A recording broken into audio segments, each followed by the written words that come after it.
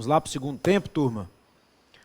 Então vamos lá terminar com a nossa sexta-feira de estudos. Faltou a gente falar da Caixa de Assistência dos Advogados. A Caixa de Assistência dos Advogados, ela também é administrada por uma diretoria. Essa diretoria também é eleita na eleição do Conselho Seccional. Função dela, assistência e seguridade complementar, e ela recebe repasses do Conselho Seccional de 50% das anuidades. Esse sistema federativo, turma, ele faz com que os órgãos que estão acima controlem, em situações excepcionais, aqueles órgãos que estão abaixo.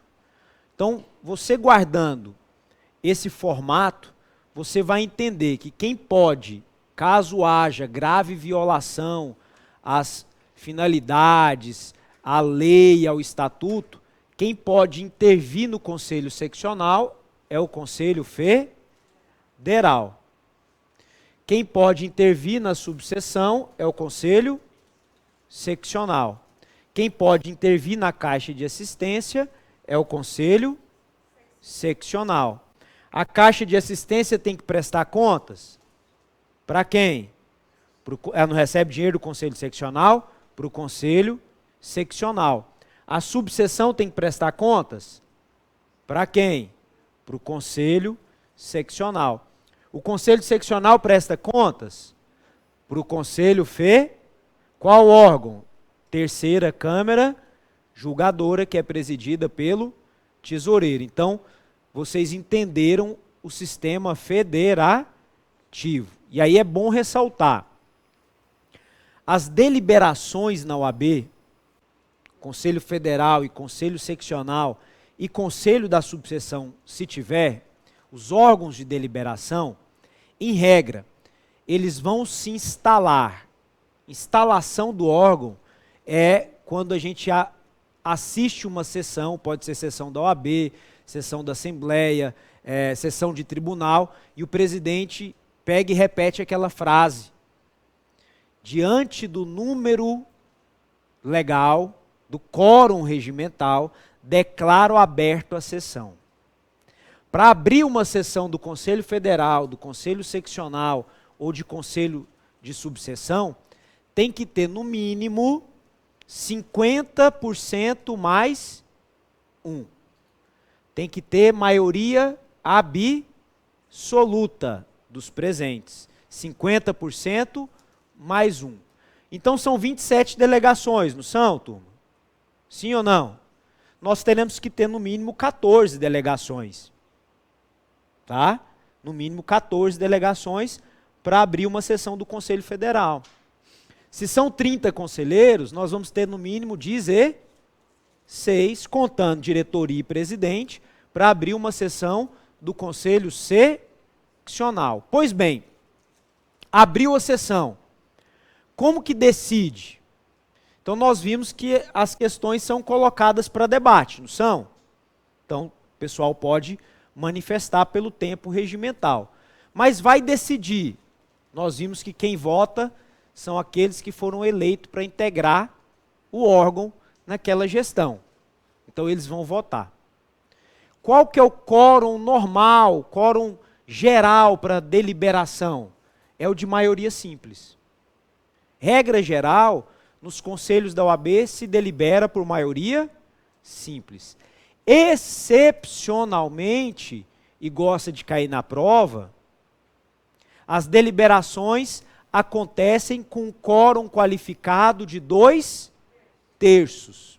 E, já disse isso em sala, repito, não são 2/3 dos que estão presentes na sessão, não. São 2/3 de todos os membros do conselho. Então vamos contar. Se são 27 delegações, quanto que vai dar 2/3? 9. 18, né? Divide por 3, 9 vezes 2, 18 delegações terão que votar, por exemplo, para o Conselho Federal intervir num conselho seccional. Quórum de 2/3 é exigido para intervenção. Quórum de 2/3 é exigido para criação e modificação de atos normativos. Então, intervenção, atos normativos. Quórum de 2/3 é exigido para aplicar a pena de exclusão. Vimos a aula passada. E quórum de 2/3 é exigido para negar a inscrição ou para reconhecer a inidoneidade moral. Então, intervenção, atos normativos, exclusão e idoneidade moral, quórum qualificado de 2/3. Se o Conselho Seccional vai intervir na subseção, ou vai intervir na Caixa de Assistência, podendo até nomear diretoria provisória, qual que é o quórum exigido? 2/3 de todos os membros do Conselho Seccional. Não são dos presentes, não, são de todos os membros dessa contagem aqui, que nós teremos que atingir os 2/3. Então, se é um conselho com 30 conselheiros, 20 terão que votar para intervir. Terão que votar para mudar o regimento interno. No âmbito do Conselho Federal, para mudar o Código de Ética, para mudar o Regulamento Geral. Tá? Então, lembre-se, 2/3, quais são os casos de quórum de 2/3? Intervenção, atos normativos, exclusão e idoneidade moral. Tá? Essas hipóteses exigem o quórum de 2/3. Não erre, se cair na prova, bingo. Tá bom? Volta e meia está caindo intervenção. Né? Volta e meia cai alguma coisa relacionada a recursos. E aí já falamos. Qual que é a instância recursal para chegar no Conselho Federal? Sempre tem que passar no Conselho Seccional. Então, de decisão da diretoria, do presidente, do TED, de uma decisão de subseção, um conflito entre subseções, um conflito entre subseção e Conselho Seccional, um conflito entre Caixa de Assistência. Quem decide primeiro? Conselho Seccional. Tá? Ele é a instância que tem competência recursal, ele que vai ter que decidir para poder, se alguma forma couber recurso, naquelas hipóteses que nós tratamos, de recurso para o Conselho Federal. Ok? Entendido? Sim? Posso apagar? Vou apagar. Já falamos até de eleição.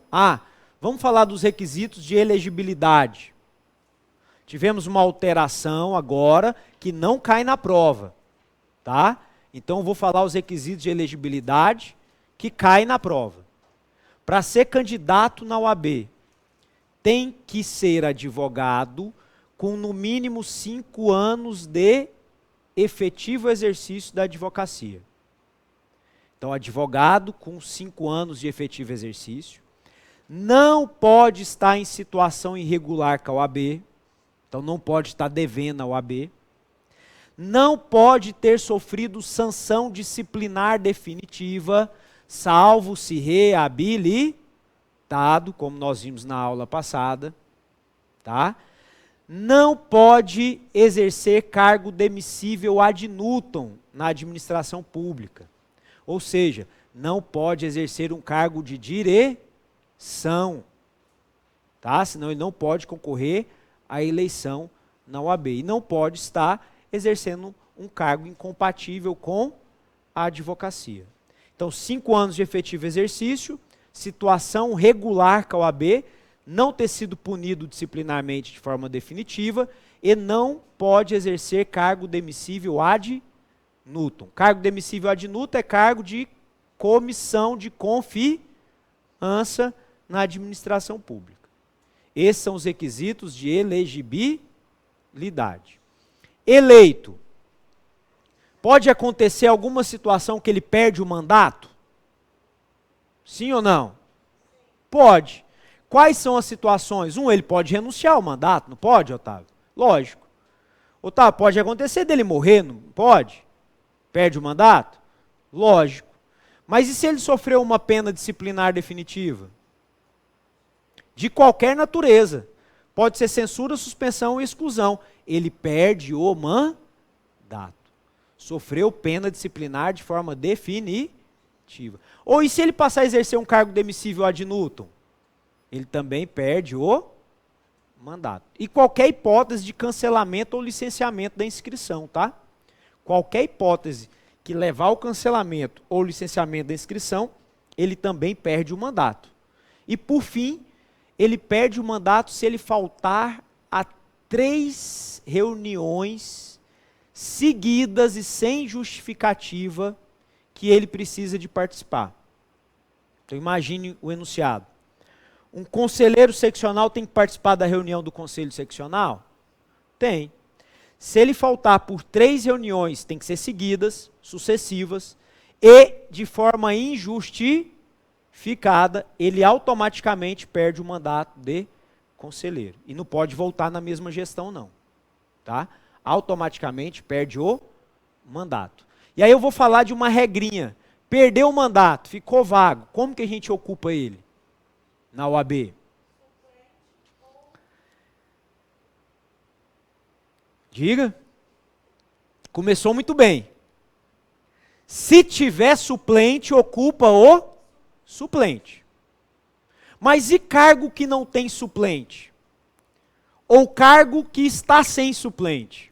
Vou dar as duas situações. Cargo de diretoria tem suplente? Não. Que tem suplente é cargo de conselheiro. Então, cargo de diretoria não tem suplente. Por exemplo, o presidente renuncia. Aí eu não estou na regra mais, não tem suplente. Quem que vai ocupar? É o vice-presidente que vira presidente? Não. Na OAB, o vice é sempre vice. Não adianta ele torcer para o presidente renunciar, morrer, sofrer impeachment. Ele vai ser sempre vice. Tá? Ele só substitui, mas ele continua sendo vice. Na OAB, se não tem suplente, como cargo de presidente, cargo de diretoria, tá? Quem vai escolher o substituto vai ser o conselho seccional. E ele vai escolher entre os seus integrantes. Eleição interna e indireta. Então ele se reúne, os conselheiros seccionais podem se candidatar internamente, e o conselho seccional que elege, não tem outra eleição geral não, tá? Então o presidente renuncia, nós teremos outra eleição? Não. O vice assume? Não. O que acontece? O conselho seccional se reúne e escolhe e elege entre um dos seus membros quem vai ocupar aquele cargo. Tá? Então, toda vez que não tiver suplente, cargo de diretoria, ou se o enunciado falar que é um conselheiro e não tem suplente. Então, por exemplo, conselheiro federal renuncia, e aí o enunciado diz assim, não tem suplente para colocar no lugar dele. Como que vamos escolher o substituto? É lá no Conselho Federal? Não. O Conselho Seccional vai escolher entre um dos seus integrantes. Tá bom? É só você guardar a lógica. A eleição não acontece aqui dentro? Não é no Conselho Seccional? Então, se ele vai escolher substituto, quem escolhe é o próprio Conselho Seccional, a não ser que já tenha um suplente previsto lá, aguardando, esperando para substituir. Entenderam essa regrinha? Tá? Então tá bom. Eleição, tem tempo que não cai, a eleição já aconteceu, se cair vai ser uma surpresa muito grande. Tá? Se cair vai ser uma surpresa muito grande. Mas nós falamos aqui em sala de aula. O que está me chamando a atenção é o seguinte. Em 2016, era o primeiro ano da gestão anterior. E em 2017, no segundo ano da gestão, e no segundo ano de toda a gestão do Conselho Federal e dos conselhos seccionais, acontece o maior evento da advocacia brasileira e no âmbito dos seccionais, dos conselhos seccionais, que é a chamada Conferência Nacional dos Advogados. Inclusive no material que eu já mandei hoje, né, porque amanhã é sábado, então eu falei, vou mandar hoje logo, porque aí o mais rápido possível disponibiliza para vocês o material de questões desta aula. A primeira questão que eu coloquei, a primeira ou a última, ou é a primeira ou é a última, é de Conferência Nacional dos Advogados, tá? E olha que interessante, essa questão caiu na última prova de 2016. E ela falava assim, no ano de 2017, vai acontecer a Conferência Nacional dos Advogados. Então, isso pode acontecer porque, como a Conferência Nacional é o maior evento de congressamento da advocacia brasileira, o Conselho Federal gosta de querer chamar atenção para esse evento. E quer algo que chama mais atenção do que cair uma questão na prova do exame de ordem. Vai todo mundo comentar. Nossa, caiu Conferência Nacional. Eu lembro de 2016. Aí 2017 foi o ano da conferência. Todo curso você tinha que falar de conferência. Povo, o que é esse trem de conferência? O que é isso de conferência? Então eles querem fazer uma propaganda gratuita, né? Precisa comprar um espaço no Jornal Nacional. Vai estar todo mundo do meio jurídico falando da...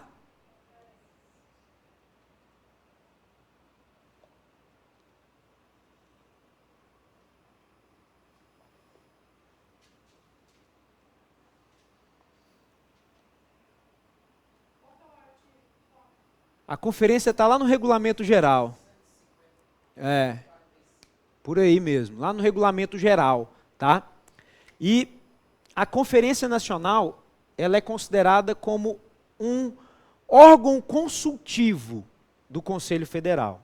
Isso quer dizer que as deliberações da conferência, que são tomadas na Conferência Nacional, não são deliberações vinculativas. Servem só como orientação aos conselhos, ao Conselho Federal e aos conselhos seccionais. E, aliás, nós temos a Conferência Nacional dos Advogados, que é promovida pelo Conselho Federal. Mas cada conselho seccional e o Conselho do Distrito Federal promove também, no segundo ano da gestão, que vai ser o ano que vem, 2020, a sua conferência estadual e a conferência distrital dos advogados. Por coincidência, no primeiro ano da gestão, todo primeiro ano da gestão, escolhe o local que vai ser realizada a Conferência Nacional. Já está escolhido. Vai ser realizada em Brasília, no ano de 2020. Brasília fará 60 anos, no ano que vem, e Brasília se candidatou no âmbito do Conselho Federal, presidente da seccional de Brasília, Delinho, gente boníssima, ele se candidatou, Brasília, e ganharam. Então, Brasília vai sediar a Conferência Nacional dos Advogados. Como que ela se organiza? É montada uma comissão organizadora, tá?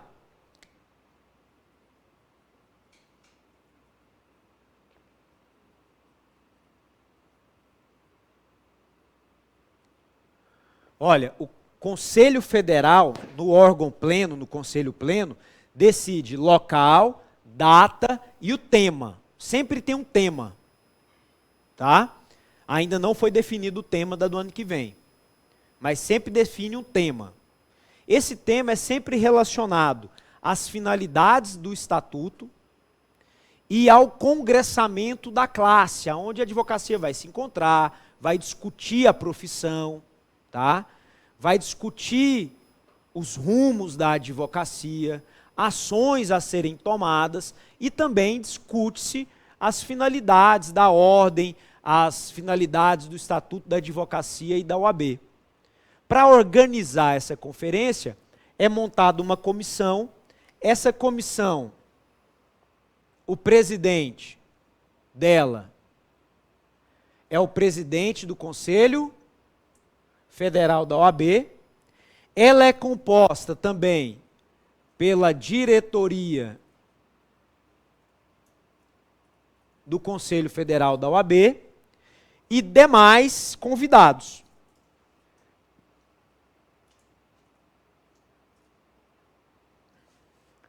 O que a comissão decide? A comissão decide mesas, temários, tá? Vai definir quais serão as mesas de debate, as mesas que terão palestras, os temários de cada uma das palestras, tá?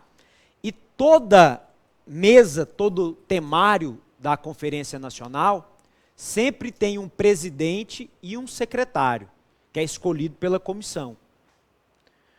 Nesse temário, sempre tem uma discussão, é escolhido um tema. Por exemplo, vai discutir prerrogativas da advocacia no tema. Convida quem vai expor, convida debatedor e são tiradas conclusões.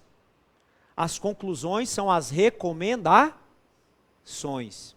Então tem diversos temários, vai ter temário que fala de prerrogativa, tem temário que vai dizer sobre as instituições de ensino jurídico no Brasil, vai discutir a situação das instituições de ensino, vai ter temário que vai tratar da advocacia jovem, aquela advocacia que está no início da carreira.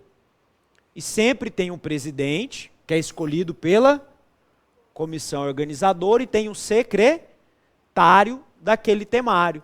Porque os participantes da conferência são considerados como membros efetivos.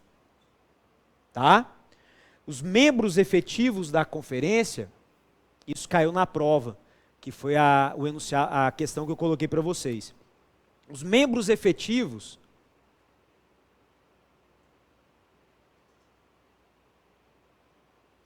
que têm direito a voz e voto. Então, terminou a palestra, o debate, vai encaminhar para as recomendações. Quem for membro efetivo vai poder dar opinião e vai poder votar sobre os encaminhamentos que serão feitos, as recomendações. Então, todo mundo que for presidente de órgão da OAB, quem são presidentes de órgão da OAB? Quais são os órgãos? Conselho Federal, Conselho Seccional, Subseção e Caixa. Presidente de órgão da OAB, tá? E conselheiro. Conselheiro pode ser que tipo de conselheiro? Federal, seccional, tá? Esses são sempre membros efetivos. Direito à voz e voto. Mas são também membros efetivos advogados. Lógico que estagiários inscritos aonde? Na OAB, mas que estão inscritos na conferência.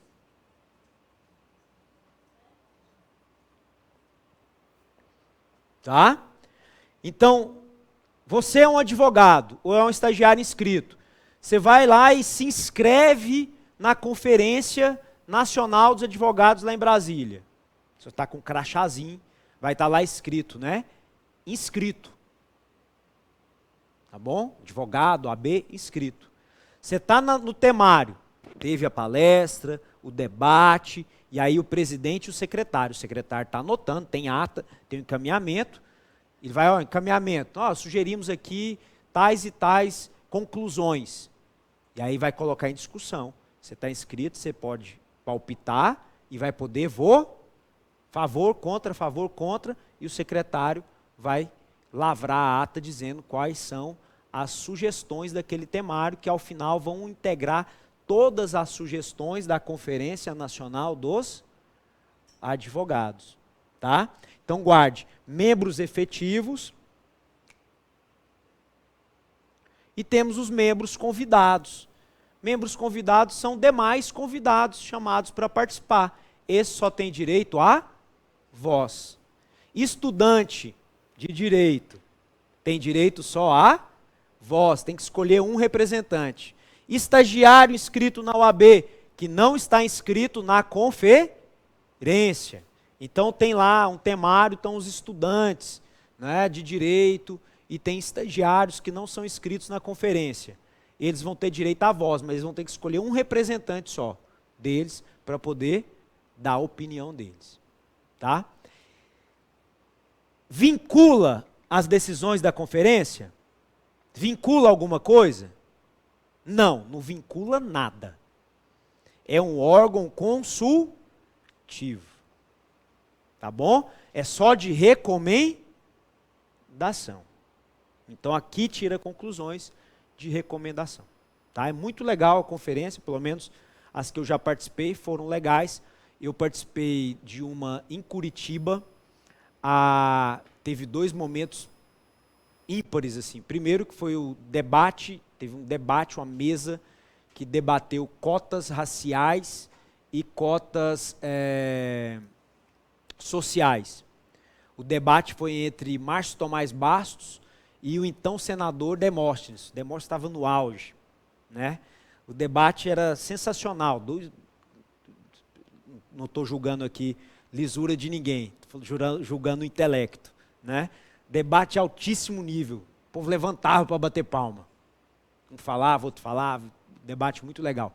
E a conferência de encerramento foi feita pelo Barroso, que não era ministro ainda do Supremo. Né? O Barroso fez a conferência de encerramento. Acho que a conferência dele, se você jogar no Google, você acha, é muito legal. São 20 propostas para uma sociedade, né, moderna, uma mudança na sociedade. E ele escolheu 20 ou 10 temas que ele foi discorrendo sobre ele. Foi sensacional. Muito legal a conferência mesmo. Quem tiver a oportunidade, Brasília é pertinho, pode ir. Mas antes vamos acertar na prova, né? Sim ou não? Sim. Nessa conferência foi entregue a medalha Rui Barbosa. O escolhido foi José Afonso da Silva. Para quem não conhece, constitucionalista. Antes, na faculdade, você era obrigado a comprar o livro do José Afonso da Silva para estudar direito constitucional. Aí, como ele era mais difícil um pouquinho, você corria lá na livraria e comprava também o do Alexandre de Moraes, que era capa preta, mais simples de ler. Mas José Afonso foi quase que participou da redação da Constituição Federal na época da Constituinte. Então ele ganhou a medalha Rui, ele recebeu a medalha Rui Barbosa. Veja, no primeiro ano da gestão escolher na sessão plenária e na conferência, como a conferência é o maior evento da Advocacia Nacional, eles entregaram a medalha Rui Barbosa. Ok? Pode cair conferência? Que caia, né?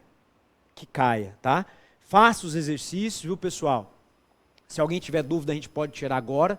O conteúdo de hoje, ele é um pouco mais enxuto mesmo, tá? Até porque não dá para a gente ficar lendo muita norminha específica de regulamento geral. Então a gente dá a visão geral sobre essa segunda parte, sobre a visão sobre a organização da OAB. Se alguém tiver dúvida, estou à disposição, tanto agora como também no WhatsApp, pode pegar o monitor, pode pegar meu WhatsApp, chamar no Instagram, eu passo o WhatsApp também, estiver resolvendo exercício, fica à vontade, só não fica ansioso e principalmente resolva os exercícios, tá?